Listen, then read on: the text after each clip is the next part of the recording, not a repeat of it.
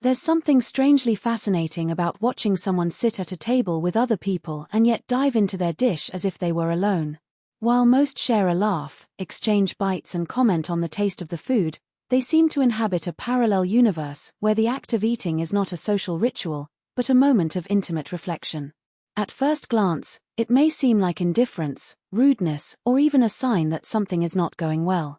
But does this attitude hide a different way of relating to the world, or is it just a reflection of a loneliness that does not need company to exist? There is no need to judge those who eat in silence alongside others. Not everyone sees meals as an obligation for constant interaction. For some people, food is a sensory refuge, a moment in which the flavors, textures, and even the content of the plate are experiences so intense that they don't require side conversations. Others simply don't feel the need to fill every second with words, and that doesn't make them less present, just more selective with their energy. But behind this apparent disconnection, there are often emotional layers worth exploring.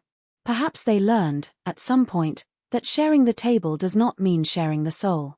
It may be that, in childhood, family meals were marked by heavy silences, arguments, or a feeling that, even though they were surrounded, they were alone.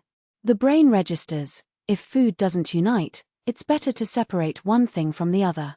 Or perhaps they discovered that table conversations are often superficial, a social script that adds nothing but noise. For them, chewing in peace is a way of preserving their own essence in a world that demands constant performance. This behavior can also reveal deep personality traits.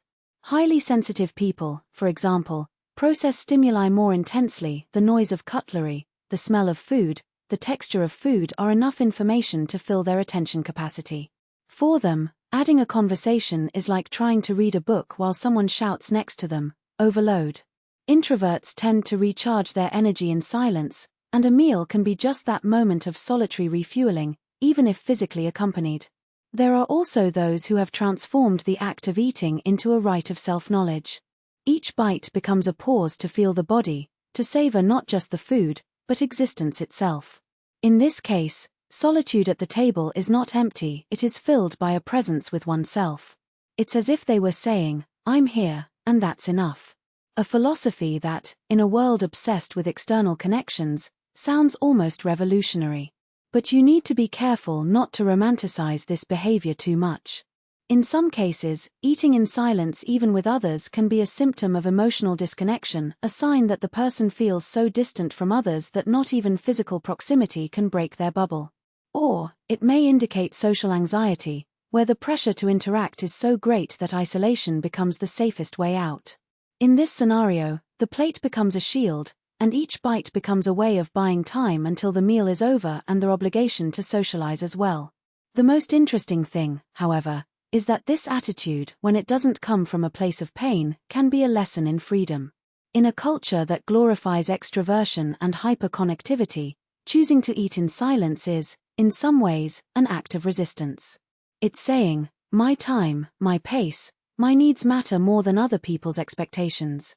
And in a world where everyone seems afraid of silence, this may be the most authentic way to connect with yourself.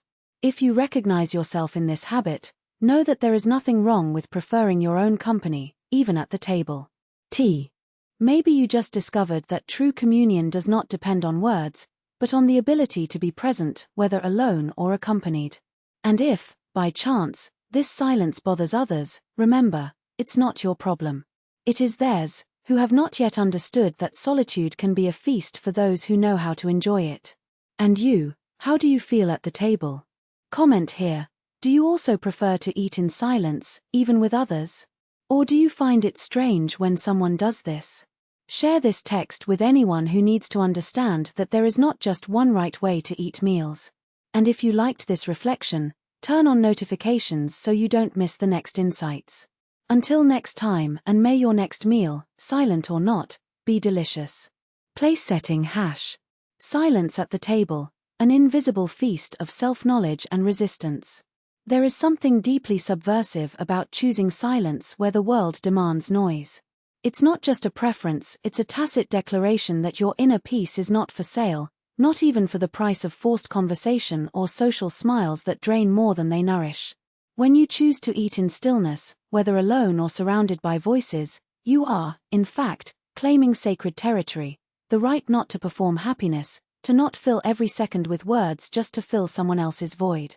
And this gesture, as simple as it is radical, reveals an inconvenient truth. Society confuses connection with noise.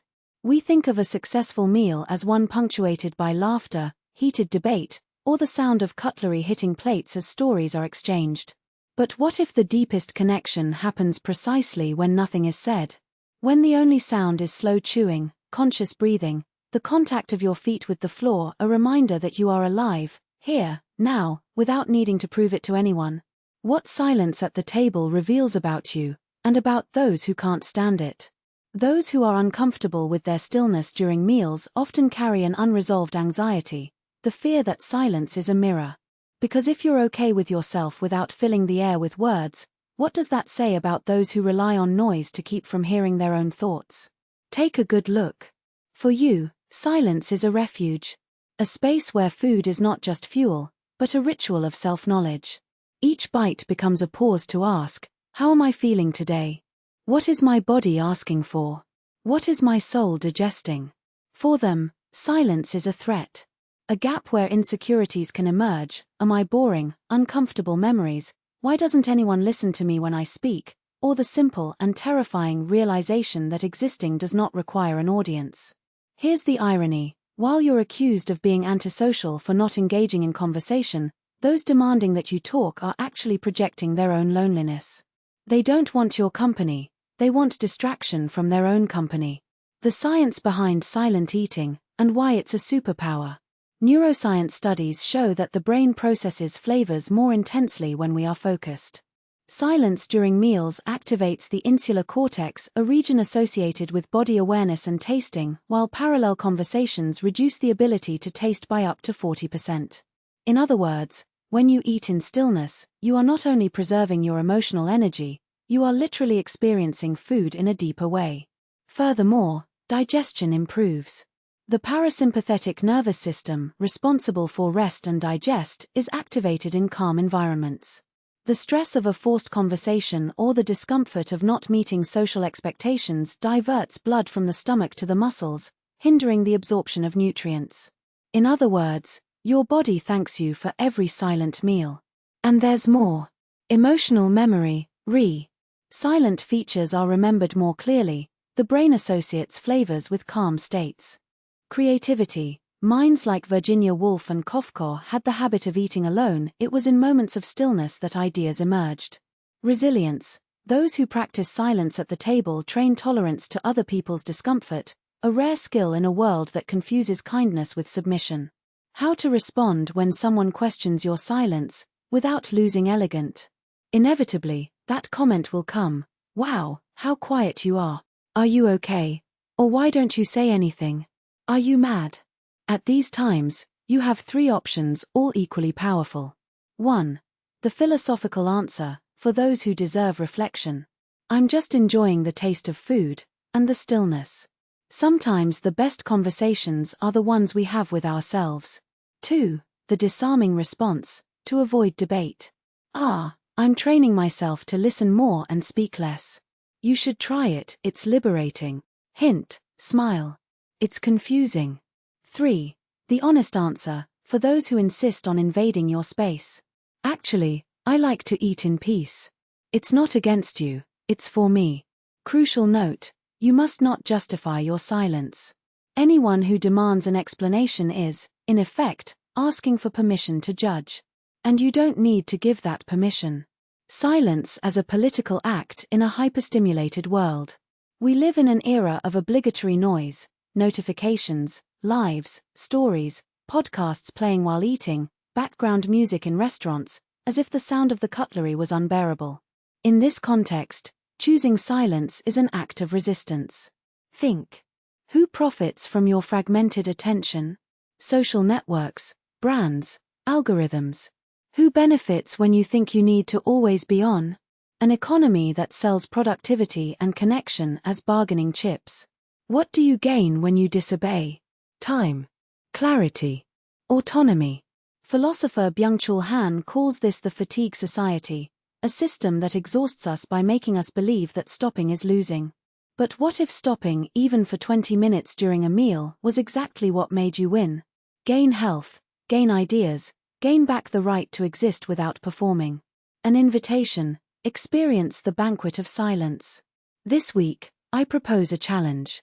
1. Choose a meal, breakfast, lunch, dinner, and make it a silent ritual.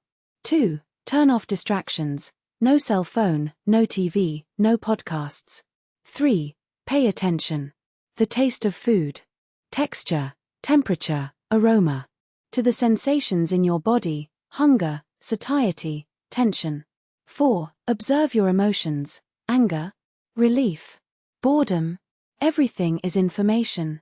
5. Give thanks, to yourself, to the cook, to the land that provided that food. At first, it may seem strange. Silence will reveal things that noise hides: memories, desires, fears. But that is precisely where its strength lies. As Rainer Maria Rilke wrote, silence is a space where God, or the universe, or yourself, can finally be heard. And now, tell me, what is your relationship with silence at the table? Sparkles comment here. Have you ever felt judged for eating in silence? What was the most memorable meal you had alone and in stillness? Or are you one of those people who needs noise to feel at ease? Share this text with anyone who needs to understand that there is no wrong way to eat, just different ways of nourishing yourself. And if you liked this reflection, turn on notifications so you don't miss the next ones. I promise they're worth every second of silence you invest in them. Until the next meal, silently, deliciously, and deeply yours. Place setting #sparkles. P.S. If you've made it this far, congratulations. This means that, like me, you believe that some things are best enjoyed without rushing, and without an audience. The silence that nourishes, when a meal becomes an act of self-knowledge. Have you ever stopped to think that does the way you eat say more about you than the dish itself?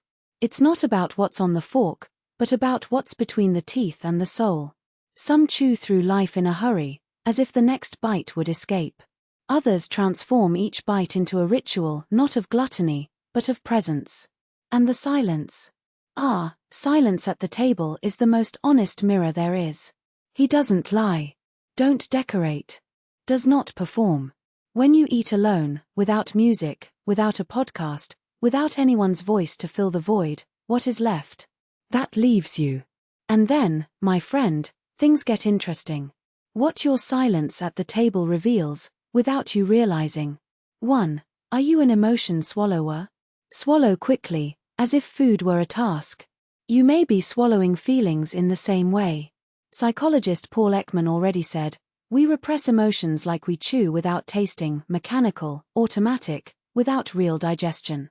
Quick test: at your next meal, count how many times you chew before swallowing. If it's less than 15, you ask yourself, what else am I swallowing without processing? 2. Do you eat as if you are being watched, even alone? Erect posture, aligned cutlery, socially acceptable pace? This may be a legacy of a childhood where eating right was synonymous with being loved. Or else, you're still performing, even to the walls. Radical tip: try eating with your hands once. Get your fingers dirty. See what happens. Spoiler: it gives rise to freedom. 3. Do you avoid silence like you avoid looking in the mirror? Do you need noise, TV, music, company, so you don't hear the voice that whispers uncomfortable things? This isn't distraction, it's escape. And food, in this case, becomes just an excuse to not be alone with your thoughts. Challenge: eat a meal in absolute silence. Write down what comes up. Yes, it will hurt. Yes, it's worth it. 4. Do you savor it or just fuel? If your meal is just fuel for the body, without pleasure, without memory, without connection, ask yourself, what else in your life are you treating as a mere obligation? Reflection: the philosopher Alan Watts said that life is not a journey with a destination, but the path itself. Your food is also not just a means to not be hungry, it is the end in itself. The science behind silent eating, and why it changes your brain. It's not mysticism. Neuroscience proves that silence at the table reconfigures your mind. Activation of the parasympathetic system, eating in stillness reduces cortisol, stress hormone, and activates real digestion, not that emergency digestion that occurs when you eat on the run. Taste memory. Studies show that flavors are 30% more intense when there are no distractions. In other words, you're missing out on half the experience if you eat while scrolling through your feed. Involuntary self-knowledge. Silence forces the brain to fill the void with insights. It's like when you're in the shower and out of nowhere you have a great idea. The silent table is the shower of the soul. Shocking fact, research from Harvard University revealed that people who eat in silence at least 3x a week report 27% more mental clarity and 20% less anxiety. It's not magic, it's physiology. The missing silence. Why society is afraid of the empty table. We live in a culture that terrorizes loneliness. Eating alone? How sad. Eating in silence? How weird. But I ask, which is sadder, a silent meal or a life too noisy to hear itself? The myth of obligatory company. Since we were little, we were taught that food is synonymous with socialization. But what if, sometimes, the best dialogue is the one you have with yourself? The fear of emptiness. Silence at the table exposes what we are avoiding feeling. And society prefers distractions to confrontation. The revolution of happy loners. In Tokyo, 30% of restaurants have tables for one person, not for lack of friends, but by choice. They understood that some meals are too sacred to be shared. How to turn your next meal into an act of self-discovery. 1. The empty plate ritual. Before serving, look at the empty plate for 10 seconds. Ask, what do I really need today? It's not about hunger. It's about what your soul is asking for. 2. The rule of 5 senses. See the colors. Smell before you bite. Listen to the sound of the cutlery. Tap the texture. Savor it as if it were the first time. This isn't eating, it's meditating with food. 3. The emotional hunger diary. Write down, today, I ate X, because, Y. Example, I ate the whole cake because I avoided calling my mom. Food is just the symptom. The cause is what you're not talking about. 4. The meal as a mirror. At the end, he asks, how do I feel now? Light. Guilty. Satisfied. Bored. Your answer will reveal more about you than any personality test. What if you can't stand silence? A guide for beginners. If the thought of eating in stillness gives you the creeps, start slowly. Level 1. Turn off the TV, but keep background music without lyrics, classical, nature sounds. Level 2. Eat one meal a week without screens. Just you and the plate. Level 3. Try closing your eyes for the first 3 bites. The flavor explodes. Master level. 1 meal per month in absolute silence. No music, no cell phone, no books. Just you, the food and whatever comes up. Reminder, it's not about enduring the silence. It's about letting him show you what you've been avoiding. What happens when you master the art of silent eating? 1. You stop eating out of boredom. Because you discover that boredom is just a door to creativity. 2. You choose your relationships better. Anyone who can't stand a silent meal with you probably can't stand your internal silence either. 3. You understand your real hunger. It's no longer I want chocolate, it's I need something sweet because today was bitter. 4. You become immune to restrictive diets. When you listen to your body, you don't need external rules. 5. You discover that solitude can be delicious. And that some of the best conversations are the ones you have with yourself. The last question, and the most important. If you died tomorrow, what meals would you remember? That dinner with friends? Breakfast with your grandfather? Or the pizza you ate alone, crying, the day everything collapsed and still, you ate? Food is not just nutrition. It's memory. It's resistance. It's proof that you were alive. So tell me, what was the meal that saved you? Not the tastiest, the most necessary. Pushpin comment here, and be honest. Have you ever cried during a meal alone? What happened? What food reminds you of a pain that you haven't digested yet? Or are you one of those people who never really eats alone, always with a screen, a book, a podcast, afraid of what Share this text with anyone who needs to understand that nourishment goes far beyond the plate. And if you've made it this far, turn on notifications because the next reflections will be even deeper and silent. Until the next bite. May it be full of meaning. Place setting #sparkles. P.S. If you read everything, congratulations. This means that, deep down, you know that the most important answers don't come from outside. They are already there, in between.